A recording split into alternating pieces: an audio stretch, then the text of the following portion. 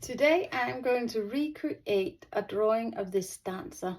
This is a drawing I sold 3 times on a street art fair in London where I made more than £1,000 in one day. I would love to tell you the story and give you 5 points that I did this day that just really worked. So please stick around with me and draw while I share the story. It's in the middle of the summer. It's a beautiful day. The sun is shining.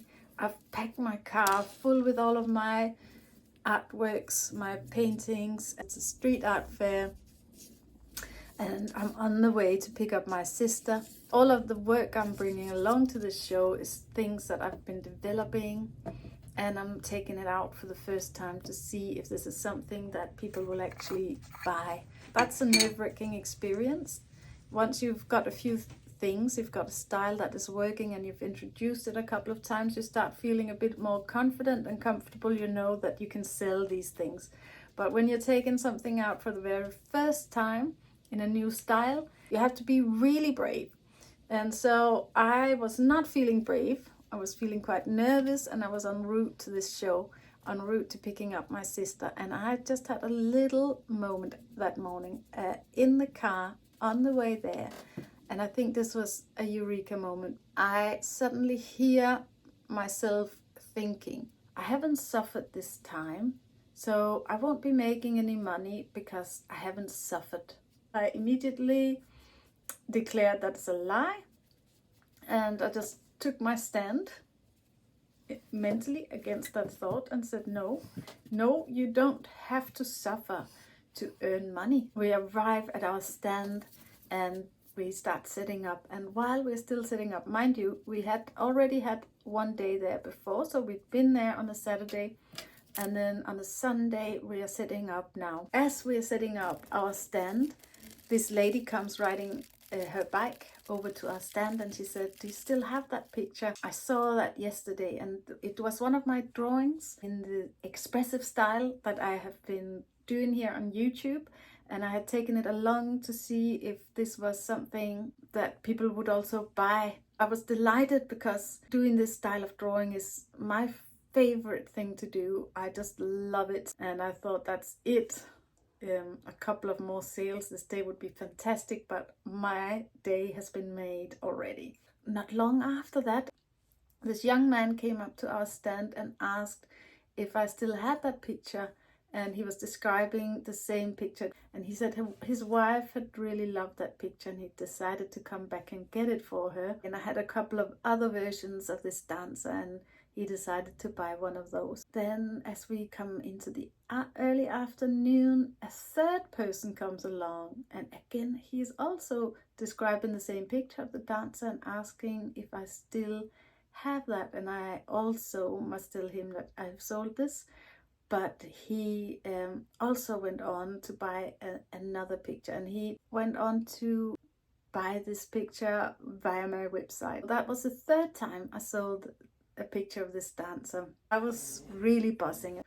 At that point, I think I kicked into a level of just enjoying my day so much.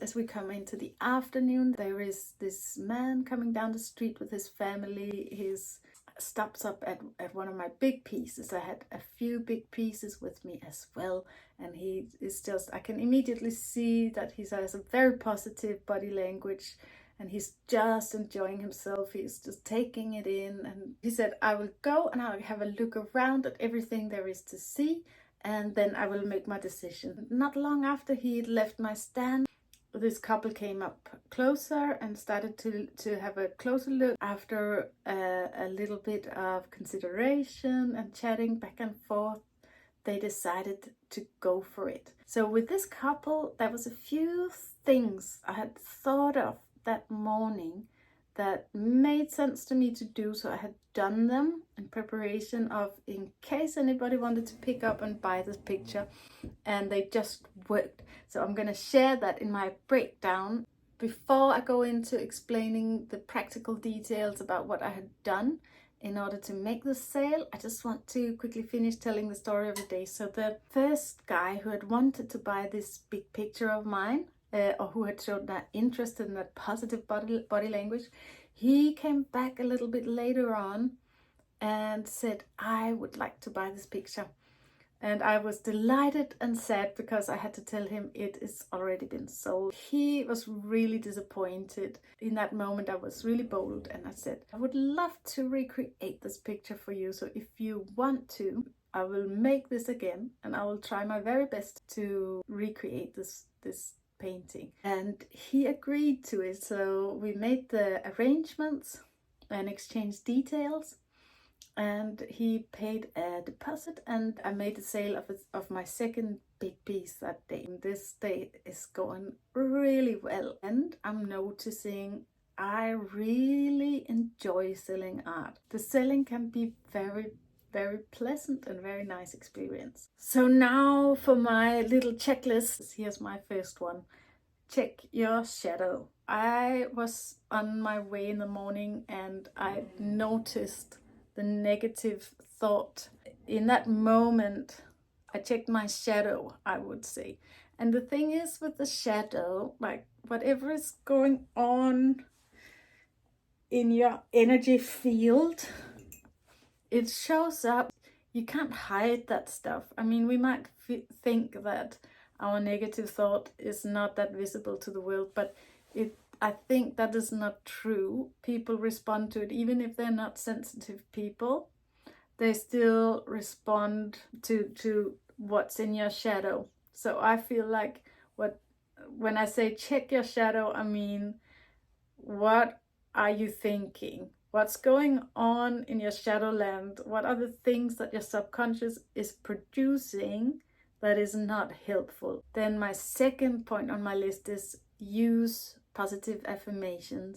As soon as I had the opportunity, I put on positive affirmations on my phone and just started filling myself with good expectations for the day. I was not about to spend this day with my shadow self, shall we say. This is all very psychological, and I think this is super important and we have to pay attention to this, because I've seen a lot of artists who get bogged down as the hours go on these shows. You start having this forlorn look on yourself, and that is just not attractive. You don't want to buy work of someone who is looking a bit forlorn or abandoned, or someone who is triggered.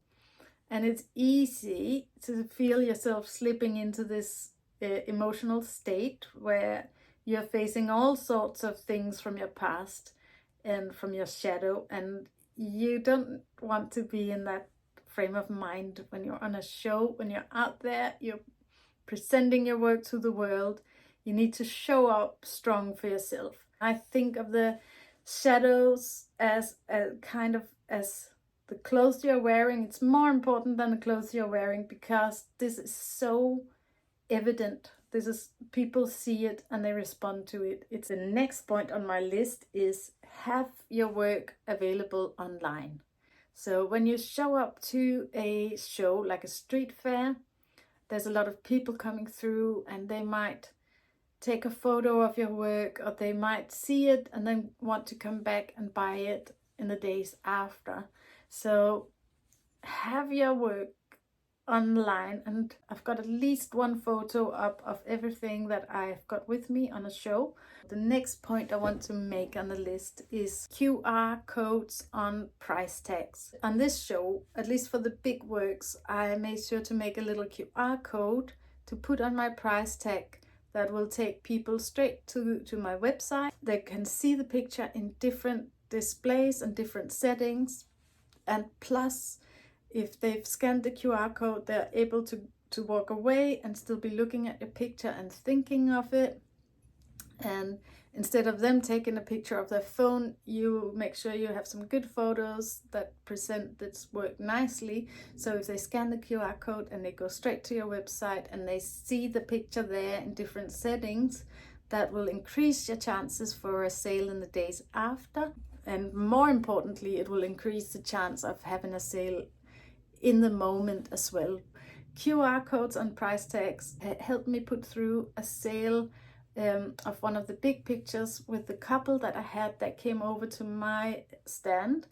They were trying to imagine seeing their picture in their living room, and I saw them using the QR code and looking at it on my website, and I felt that it helped in the considerations of whether to get it or not.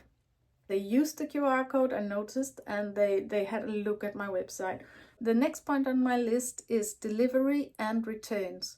So when it came to the big pieces of artwork I was presenting on the street, I realized that people are probably not going to want to try to walk off with these pictures. They are probably going to prefer to have this delivered. So I made sure to put a little note on my price tag to say free delivery and returns accepted within 7 days. So when I had this couple come up to my artwork and they were considering buying it, and they were unsure because they didn't know for sure that this picture would look good on a midnight blue. There was a lot of green in the picture, and they had the feeling, I could see they had the feeling it would be good, but they were not 100%. And I could show them then that I'd already thought about that is a possibility that people might need to return these things. And I said, you are welcome to just go for it, buy it, and I will deliver it. You can see if this fits on your midnight blue wall, and if it works, then great. But if it's just really not working, then I'm happy to accept a return within 7 days. So when I had this conversation with this couple, I saw them notice it says free delivery on the tag and returns accepted within 7 days. Those things I felt were quite significant. They were really little practical things, but it was just those things that made them go, okay, let's do it. The next point on my list that I will bring up is prices. I'm running with a strategy at the moment of I like to keep my prices undeniably good. That's a strategy that just works for me. So my final point on my list is I encourage you to get a prayer partner. I've had a prayer partner for the last 9 months. It's been such a support.